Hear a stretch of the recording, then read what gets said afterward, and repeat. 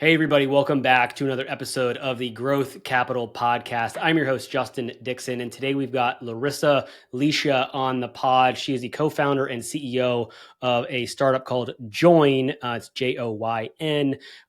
And we talk a lot about her journey, kind of going from being, from Germany, moving to the US, and then her journey in tech as an employee, quickly growing up the ranks across both product and customer-facing roles, and she, during her time there, met her current co-founder, but they also identified an opportunity to simplify the communication channels between product and sales and customer success, and that's what kind of birthed the business Joyn. I'll let her explain on the podcast exactly what the product is, but we talk a lot about her journey, kind of making that leap from being an employee to being a startup founder, not having a steady income, not having insurance, et cetera, and kind of what it took for her to make that jump. So super fascinating episode, especially because we're recording this in April. There's a lot of uncertainty in the economy, so it's really cool to get her perspective on what she's doing as a startup founder, but also what she's hearing from her customers. So let's get Larissa on the pod. Interested in hearing conversations with private equity leaders, CEOs of private equity-backed companies, and startup entrepreneurs where they share their stories about their career journeys, starting, investing in, and scaling successful businesses, and the important role that having the right talent plays in building a successful business, then you are in the right place. Welcome back to another episode of the Growth Capital Podcast. Here's your host, Justin Dixon.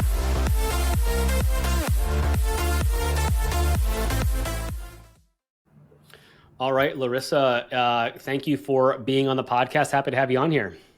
Happy to be on. Thank you for having me.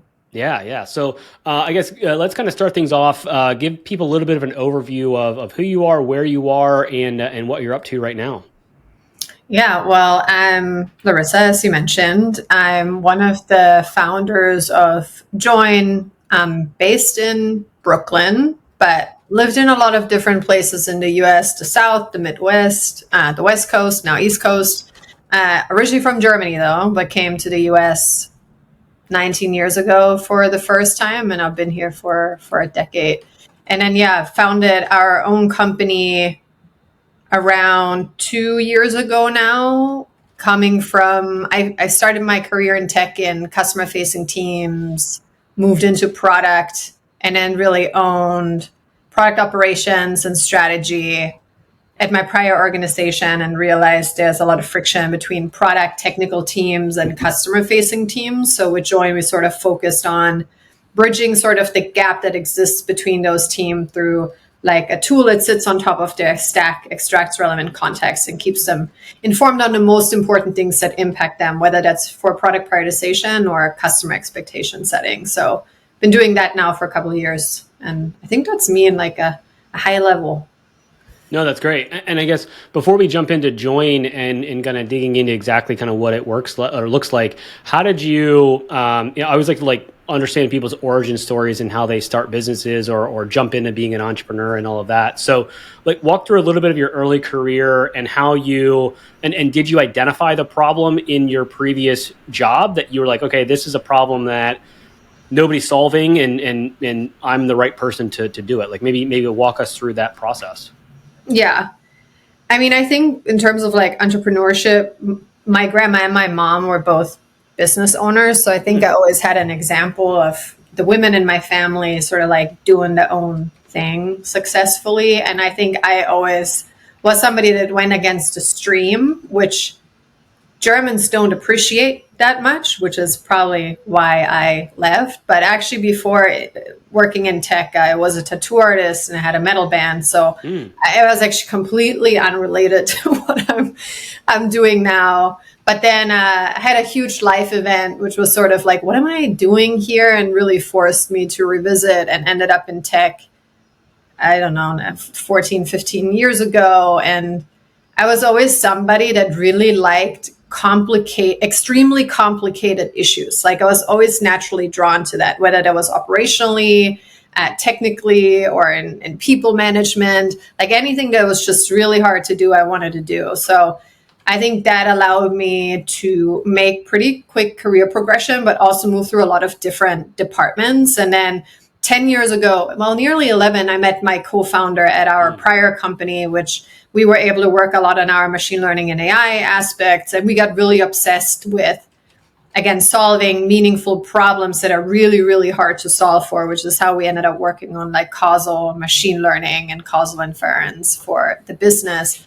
But I think for us, it allowed us to understand we really care about the outcome of what we're building. We really care about the customer, and we really care about the team that we're building. So I think that was like more of a starting point. At some point, I think we want to do something together. And then, yes, in my last role, sort of realizing for me to understand what's happening in R&D and translate that to CS and sales at scale was basically impossible. There was like 200 Slack channels, endless Kanban boards in Jira, endless tickets, endless PRs in GitHub. It was just impossible to actually know all the moving pieces. So no matter how well you do, things always fall through the cracks. And that really impacts customer-facing teams because they don't just care about the big pillars, they care about the small stuff impacting their customers. But we just couldn't figure out a great way, even with headcount, to do this at scale in a way that was really personalized. So as like with sort of the advances in machine learning and AI that we're at now, and also with the amount of data we can handle and in what format we can handle it, we just saw like an opportunity to come in and solve this, also knowing that those teams are massive cost centers, simultaneously care about customers, and which are really revenue impacting. So getting those teams in lockstep is really critical. But because they sit in different tools and speak different languages, it's really hard to do, even with the best operators sitting at the intersection. So that was sort of the motivation behind what we're doing with Joyn now. And did you guys kind of come up with this idea around Joyn and this kind of intersection kind of platform while at your previous job? And then you're like, hey, I'm going to cut the cord and go do this? Or like, how did that kind of, I'm always curious about the break point, right? Some people are like, burn the bridges, burn the boats. Like, I'm just going to go all in. Some people kind of started as a side hustle until it becomes the main hustle and all that. Like, where did you and your co-founder land on that? It was totally a side hustle. And actually what we initially did was completely unrelated to what we're doing now. I was like solving a different, well, it was like related, but different on how we approached it. And it was because we didn't think about it as like this will be like a venture-backed startup. You know, we were like, this will just be something we do on the side that's fun, you know? Okay. And it was like an outlet too for us. Like we've been both at the company for a long time. So it was like just sort of something like fun to do. But then, we started working with some companies and we saw that we keep getting pulled into this direction. So we're like, maybe this is something we should listen to. Maybe there is something there where this friction exists. And we've felt this, we've lived this, both having been in customer-facing teams and in product. We've solved it or tried to solve it manually in the jankiest ways, whether it's through Zapier or trying to make Asana automations work. Like we've desperately tried to solve this. So we're like, okay, we get pulled into this. We have expertise in this. And then also it was like at the time too, where all the companies were like reshuffling and restructuring because of COVID. And I think I was just tired, honestly. I was like, I really appreciated my previous company, but I was so exhausted and I just needed something else. So with this pull, I was like, let's just do it. And I was like the first one that went full-time on the business, then our tech lead, and then Kendra joined when we got accepted into Techstars. And that's when we then went like all in. This is what we do now. I'm curious about that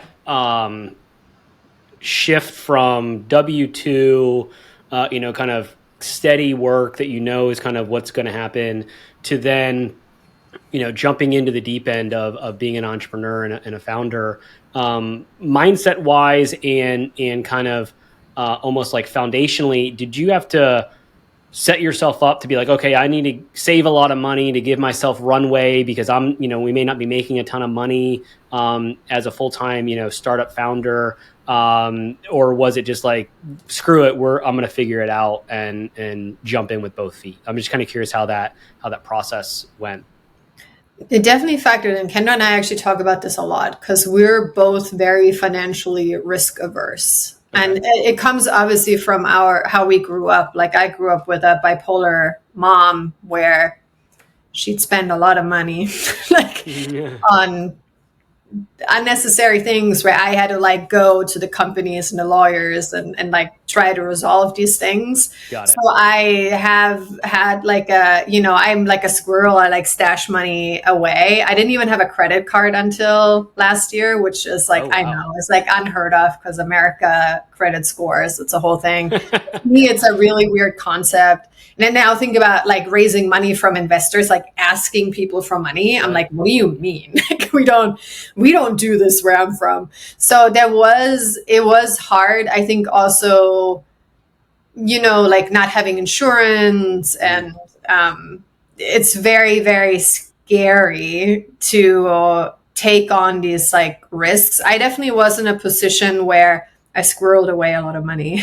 Well, enough money to give me some breathing room. But like, we don't come from wealthy families. We don't have wealthy people in our lives that, write us a huge check and like we're off with it. We don't have that foundation. So our savings were things we accumulated like over our careers that also were things, like you think about like a house, a family, etc. Like there was definitely these thoughts around it. I think for me, the scariest thing actually was the insurance piece because it's just really scary to think what could happen if something were to happen if you don't have insurance. So I would say it was scary. And that initial step is the scariest on like, oh, you're really saying bye to the salary, the insurance. And, I was valued at the company. I knew I was secure at the company. But I think in the end, as soon as I went full time, and actually I have my journal entries from that, and I just recently read back on that. I don't know why. But as soon as I left, I felt so relieved. And it's so true that I was really afraid that the financial fear would make me less focused and having a job where I have financial stability. That was not true. I was so much more focused because I feel like it lit a fire under our butt. I'm like, we got to make this thing work because like our livelihood depends on it. And now we have people on payroll. Right. And that obviously creates even more like urgency and like pressure. So I do think, yes, it's still something that wears on our minds sometimes on like, we could be working at Pinterest making, I don't know how much money, but it wouldn't fulfill us. So there is a trade-off.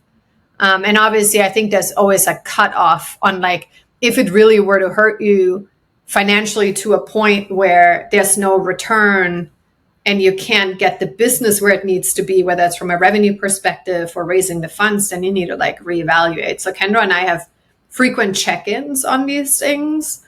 And we very openly talk about things that make us nervous. Yeah. Like right now, a lot of things are making us nervous because we're probably living in one of the most uncertain times, even more uncertain than COVID was in a lot of ways. So I think is a constant conversation. It's a hard step. I think it's a very personal choice. I don't think there's a right or wrong. I think it's whatever gives you the best focus to run the business. And if you don't have the financial savings and you have dependents you need to take care of, I don't think those founders should be scrutinized to that they have a job that pays them, right? So I think it's a very personal and hard choice oftentimes. Yeah, I completely agree. I think some people are very risk averse like myself, and it sounds like you are as well. And other people are more, I'll figure it out. And if I don't, I'll go do something else. And they, take a lot more risk in their lives. And I think both paths are right for the right people, right? I think it makes a lot of sense. I'm curious about the dynamic having a co-founder, because I talk to a lot of founders and sometimes they are the kind of the main founder, or maybe they've got some kind of early employees that they give partner or get some equity into and all that. But it seems like you guys are pretty, lockstep in this. How is that dynamic between the two of you? Are you guys exactly opposite where one's like the visionary, one's like the operations person? Or are you very similar? And also, how do you kind of break up the company kind of duties now that you guys have employees and you're scaling? Yeah, I mean, one benefit that we do have is obviously that we worked together for many years before this. So we sort of had the opportunity to like learn each other. And I think where I am very execution focused. And I think I used to be to a point where it was a little unhealthy, like as in, we got to get this done. I don't care what trade-offs we have to make. And I had very little patience for people that didn't feel that urgency. And I think Kendra is very good at being like, hold up. We got to also understand these people have a working style. They're motivated in different ways. So like she was a good way to like rein me in and sort of like look at it more from like an empathy lens as well. But I also think at times you need to just do something. Like you just need to get shit done, And I think that's where I can take over, where Kendra can maybe be a little too lenient with people sometimes. And give people too much of a break where I'm like, nope, that's it. Like, I'm going to have this conversation, right? So I think we're very complementary, where maybe I'm going overboard on execution. She reins me in, gives me perspective. And then if she's sort of too lenient, I jump in and like make sure that, no, we're getting this thing done. So I think that's where we're complementary. I really like data and architecture and infrastructure.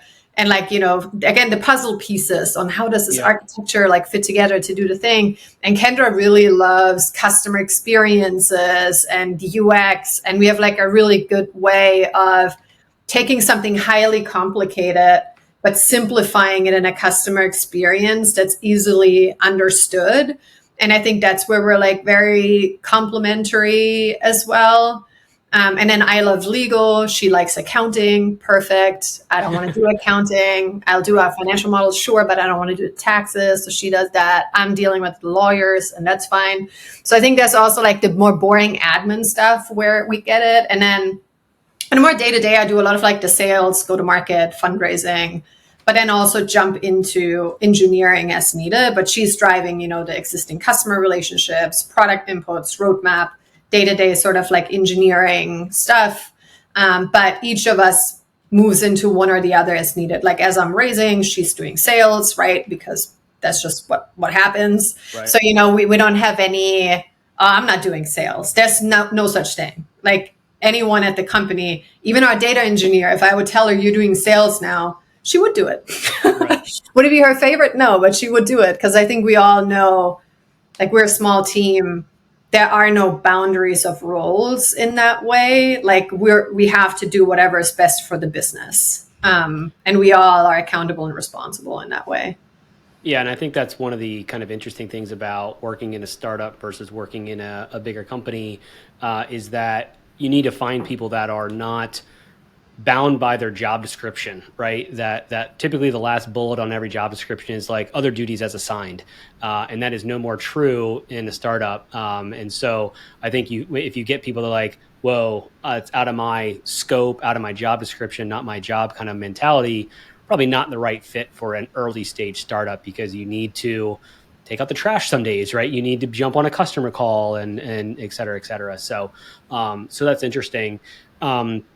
Let's talk a little bit more about the company and the product, because obviously you gave a high-level overview in the very beginning, but if you can simplify it for me to understand kind of what you're solving, that it sounds like a lot of companies are solving poorly or with not maybe not the best solution out there, and maybe Joyn is kind of that mousetrap that they need to kind of sync these things together. So maybe give a little bit more deeper kind of deep dive into the actual functionality and how it helps.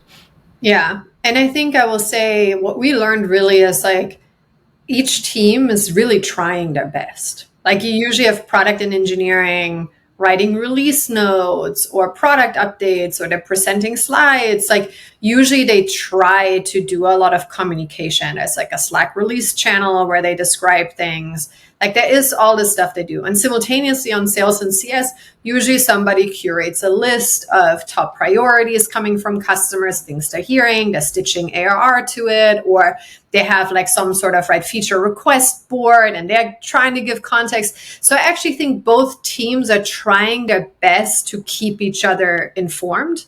And it's a lot of overhead. Like the amount of time people spend doing this, like even the weekly status update that are written for like executives, it's a lot, right? Because there's so many moving pieces, but something's still missing, right? Because like CS and sales still says product is a black box. We don't know how they make decisions. They release things, don't tell us about it, and we can't set customer expectations. And then product on the other side is like, sales always says this is this X, Y, and Z contract, and then it's not. Or, CS says this, but we also have these 60 priorities. So they don't know how this stacks up against what's already there, right? So as much as people try, I think there's like a critical one translation layer missing between these teams. Like engineering doesn't speak sales and sales doesn't speak engineering. And that's okay. It's just like different ways of operating and speaking. But then there's also just context is so scattered, right? Like it's like, okay, support can follow a Jira ticket, but really there's all this chatter in maybe 3 engineering channels. And then there's the stuff happening in GitHub that they're not looking into. So you always have impartial context, even if we're thinking about a customer prioritization. You have Gong, you have Salesforce, you have Gainsight, you have Slack channels with customers, you have emails, you have all of these things, right? It's like you're doing your best, but with maybe 10% of the total information that's there. And because of that gap, I think there is this product doesn't really trust CS and sales to make a call, and then CS and sales doesn't ever feel informed on product. But for both teams to do it, it's just not humanly possible. Like one of our customers, they're like a 300-person company. We're plugged into a subset of their Slack channels. We're in all their GitHub repos, Jira boards, and we're getting Slack opportunity account and task data. And they have 30,000 events every week.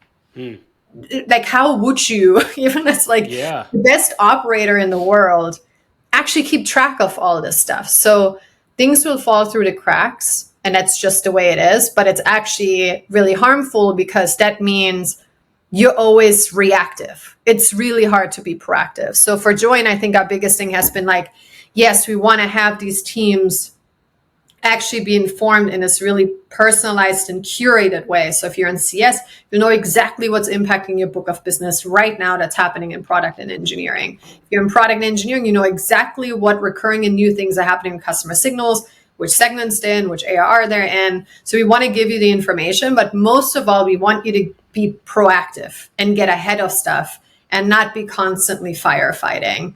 And I think that's really what, again, we focused on with the product now.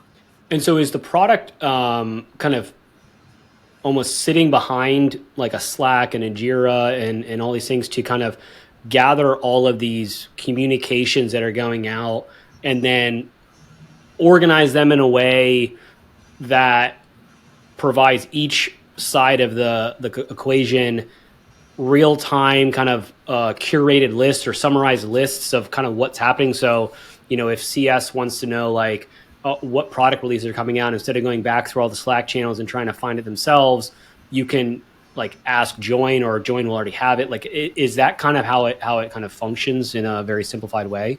Yeah. And we focus really on us proactively telling people versus you having to ask us.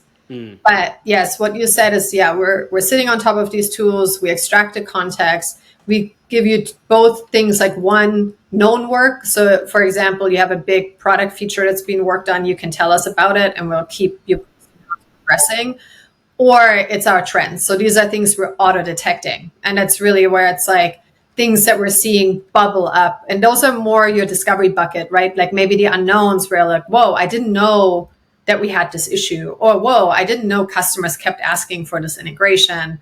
And then you can follow the topic and start getting updates on it as well. So you can continue kind of like being informed on it. But we're pushing all of that stuff proactively into Slack. And then, for the CS sales rep, it's like mapped to their book of business, and it gives them both things that, they might tell us, hey, I want to know how this feature is progressing. Or it's like, hey, we actually see this bug is impacting your customer. Or, hey, this feature that is like in review right now with engineering and supposed to get deployed Thursday, that impacts these customers. So they're proactively informed on it in a language as well that makes sense to them. And I think that's also such a big piece around what is really the context and information at what level that people needed. Because if you're the CEO, you really don't care about like all the nitty gritty small stuff on everything, but maybe you care about the nitty gritty on the number one company priority, right? Like then you might want to like dig deeper, but like there is again this level of curation that we're doing that tells us sort of, hey, this is what you should know about, or hey, here's the update on the thing you told us you want to stay informed on. Interesting. So each team is still continually using the various communication channels that they were using. Joyn just kind of aggregates, digests, and then recommunicates it in a better way with context for each user base. Is that? Yeah, I think our biggest thing is that we're cross context, right? It's like we're Slack plus GitHub plus Jira plus Salesforce. And I think that's what most tools are missing, where sort of what I pointed out earlier on is like, yeah, you can follow a bug ticket in Jira, but there's actually context in Slack and there's context in GitHub that's not reflected in the ticket. So we actually make sure that we have a holistic context across all the systems that you're using. And the other benefit as well is that support actually no longer needs access to Jira because they no longer need to follow any tickets. And product and engineering no longer needs access to Salesforce or Zendesk to look up customers or their ARR. So it's also like we're making sure this information is bridged. You work the way you work. Like you don't have to change anything. You don't have to mess with Salesforce. You don't have to mess with Jira, which are tools you don't want to be in anyway because they're pain for you. They're great for engineering, not great for support. They're great for, sales. They're not great for product. So like that's really, again, where I think our biggest differentiation is like the cross-context awareness. And then, yes, curating it and pushing it to where you're already working so you don't have to use another tool on top of everything you're already using because like that's very counterintuitive to us to actually do that. Yeah, no, it sounds like a problem exists that is being solved with duct tape and bubble gum, and this is a better, more consistent and more repeatable, I guess, solution for these teams. You mentioned that you guys started the business, like 2-ish years ago. Maybe talk us through your journey so far as a company and maybe where, obviously you started as a startup and kind of a side hustle. And then, where are you now? Like how many people do you have, whether employees or contract resources, et cetera? I'm just kind of curious about scale. Yeah. I mean, when we started out, it was just Kendra and me and then our tech lead that's also still with us. And then now we're 5. So we also have our lead data engineer. She is building out all of our like in-house NLP and like knowledge graphs and all of the like smart stuff. And then we have another full stack developer that has been hard working on everything Salesforce because Salesforce alone is a total nightmare.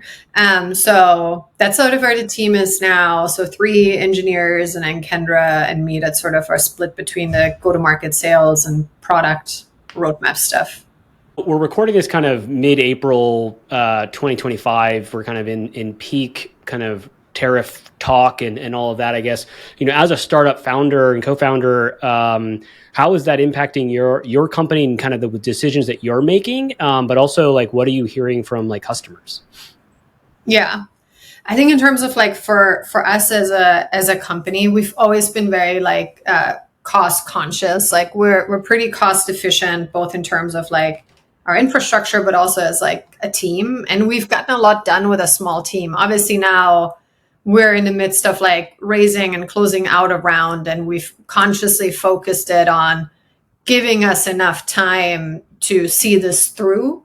I think from like a business perspective, it's really volatile, right? Like you had companies pull back, restructure, wanting cut tools, consolidate tools, try to build out a bunch of AI stuff in-house, kind of failed to do that for various reasons.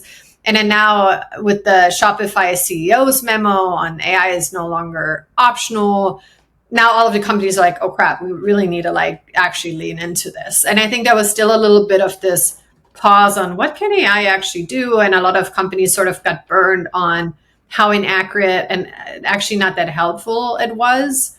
And I think now there's more of this like, oh, okay, there's something there, and a lot of assessing of like, what do we do in house versus partner with build. So this has actually benefited us because I think companies are looking for efficiencies as they're restructuring teams, as they're sort of like trying to automate away this sort of like admin overhead, as they're also trying to make better business decisions, right? Because right now we need to do more with less people, but we still have all this stuff that we're bogged down by. So I think that really benefited us, like especially after the Shopify's note. I think our like inbounds went up pretty significantly, but we're also aware that anything can change at any time. And I think obviously as a startup, you always go through like ebbs and flows. And I think we're sort of like preparing for these things in the back of our minds. Like if the worst thing possible happens, what do we do? But also like timing is so important. Right now, there's actually good timing that can be completely different in 2 weeks from now. You know, we fortunately work mostly with B2B businesses, not consumer businesses, which have a lot harder with the tariff stuff. Yeah. But I think every company right now is cost conscious, but I think we're actually helping them with the cost consciousness and how we're able to, you know, scale existing teams, make better decisions, etc. So, but yeah, it is very uncertain times. It's really hard to know where it'll be in 2 weeks and 4 weeks and 6 weeks. And a lot of things I think for people were unexpected. I was talking to one of our investors last year because I was like, I feel like we should raise this round like in the fall, not in the new year, because with the administration changing, we just don't know what to expect. And I think a lot of VCs thought this would actually be good for startups. Yep. I didn't feel that way. And I think I was right, because even funds are scaling back on raising their funds because people are hesitant to invest, whether it's like LPs, right, which are just individuals investing. It's like an angel investor, right? Just different structure. There's a lot of hesitancy that I think people sort of didn't have that much. Some people did, but other people didn't have foresight on, where they really thought it would actually benefit startups, also around regulations. And you saw big tech people make certain decisions, hoping that it would benefit them. And I think it hasn't played out that way. So I think there's still a lot of things that are unknown. But from the AI front, I think people are finally realizing what it can do, how to buy it and how to use it, what to look for and how to assess it. And I think that is just stuff that we figured out in the last, like, I don't know, 3 to 6 months, where I think there is more understanding there now, which is positive for us, a good thing for us. Yeah, I think a lot of the comments you just made are very like kind of poignant and accurate, because I've talked to a lot of private equity and VC groups, and, you know, coming out of last year, they were very excited about Q1, Q2 of 25, because the previous, call it 18 months, were super low from a deal volume perspective, and people were ready to get back to, you know, buying businesses, selling businesses, et cetera. And, you know, it hasn't been this, you know, kind of rapid pace that they maybe anticipated, and then throw the tariff uncertainty in the mix, then you know, what kills deals the most is uncertainty of what's going to happen. You know, if you have a little bit of clearing line of sight into the future and what you maybe expect, it's easier to, you know, underwrite a deal that you're going to buy versus, you know, not sure what's going to happen tomorrow kind of thing. So yeah, we're definitely living in very interesting times, and have been, I think, for the last like 5 years, coming out of COVID. It's been sort of nonstop. I think every startup funder right now needs a plan A, B, C, D. Like keep going, basically. Yeah. Because like I think right now the traditional way of doing things isn't working, and in some ways I think it's good. I think we're also like forced to disrupt certain ways we've operated as a startup ecosystem, especially sort of like the growth at all costs, raise so much money and have giant teams, which obviously got punished already. And I think now we're actually being a lot more conscious on how we're building startups, but I still think we're at this, we're figuring it out step. So I think for a lot of startups now, it'll be a little bit of this, like, maybe if they had X, Y, and Z more time, they could have actually done it. But because they're overlapping with this, we're kind of figuring out what's happening here. They might not be given the opportunity. For us, I planned for this like in like April last year. I planned for 2025. I planned for sort of like the worst. And there's still things that surprise me where I'm like, didn't see that coming. So there's still things there, but I think right now teams need like plan ABCs, really conscious with money, really careful with money. And I think the good thing is that we can do a lot more with way fewer people now. And in a way, it ensures product focus. At least that's what it did for us. We had a fund last year tell us we should raise $5 million and hire a sales team. I was like, what? Like, we're still figuring out product market fit. Like, what are they going to sell? What are they going to scale? Seems like, and I actually know a founder that has done that, and now they're out of money again, and they still don't have revenue. Trying to get the customers to exactly. tell them what they need, kind of thing. Exactly, and then really didn't get anywhere. Meanwhile, we're here beating our competitors on accuracy that raised $350 million, grew a giant team, and we're a team of 5, raised $700,000. And we have a better product than them. And I think it was because we had such a focused way of operating and working with prospects and customers that really made sure we're actually understanding the product, make sure it works and that it creates value. And that we had really rapid iteration cycles as well, but that we're like so tied to customer input. So I think for us, the decision to raise less money, have a smaller team, but be extremely focused really benefited us at this point in time. Because when people onboard, there is no, oh, this isn't accurate, or, oh, this is weird, oh, this is hallucinating, where we immediately break trust. And I think that benefited us. And, we'll obviously see, again, there's so many things that are unpredictable, but at least like that's what we're feeling right now. Yeah, no, I think there's a lot of, with uncertainty causes a lot of people to kind of bootstrap. And I think because you've already been bootstrapping and not overextending, I think that's, probably the best way to be approaching it. And it sounds like you guys are on the right track and on the right path. And I'm excited to maybe have you on a year from now and hear about all the amazing success you and the team have had. And, we'll kind of do, we'll kind of converse about what changed in the last 12 months. But I guess to kind of round this out, because I really appreciate your time and I appreciate your kind of journey, kind of going from being that kind of normal employee to then taking the plunge and jumping into entrepreneurship. It's always like I said at the beginning, I always like to find out and understand people's origin stories. So thank you for that. As we round this out, I'll ask you the same kind of 3-pack of questions that I ask every guest. So first question, give me an influential business book or podcast that you would recommend. I think for like a business podcast, for me, it's Lenny's podcast. I think he just always has such a unique lens on product and brings in really interesting product leaders. So I feel like I always have good takeaways from what's in the podcast.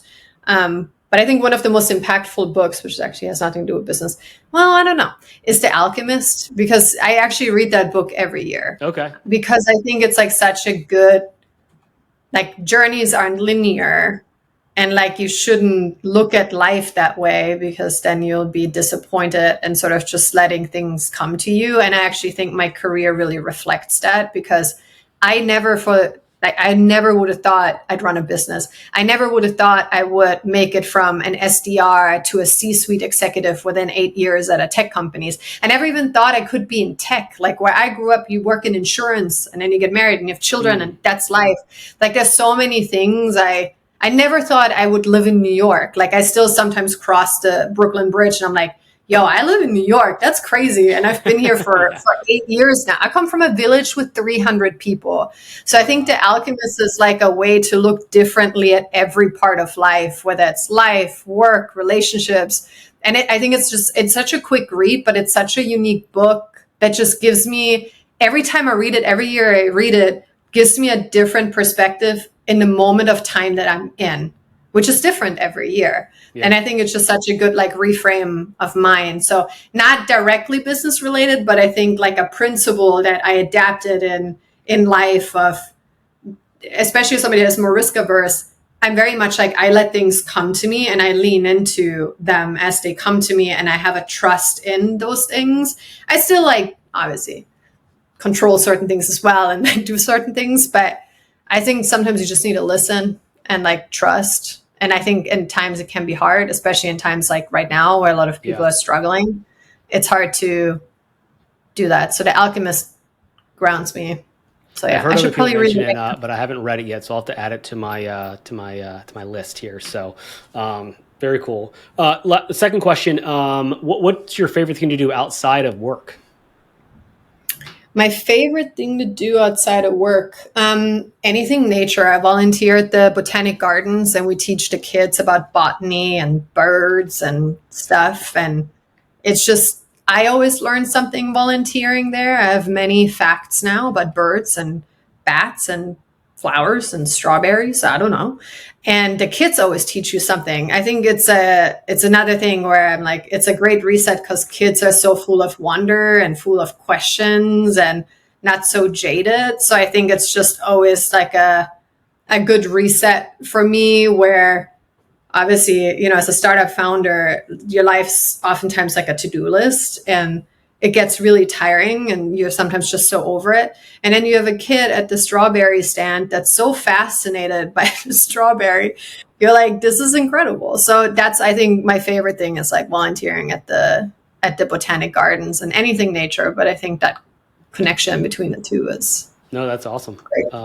Yeah, sometimes you need to step out of the to-do list and you know, be around other people that are not solving complex problems. Yes. Last question here. What's your favorite vacation spot if you do have the time to go spend some time on vacation? Yeah, I haven't done it in a while, but I don't want to say the exact spot because it still doesn't have that much tourism. Yeah, no, I get it.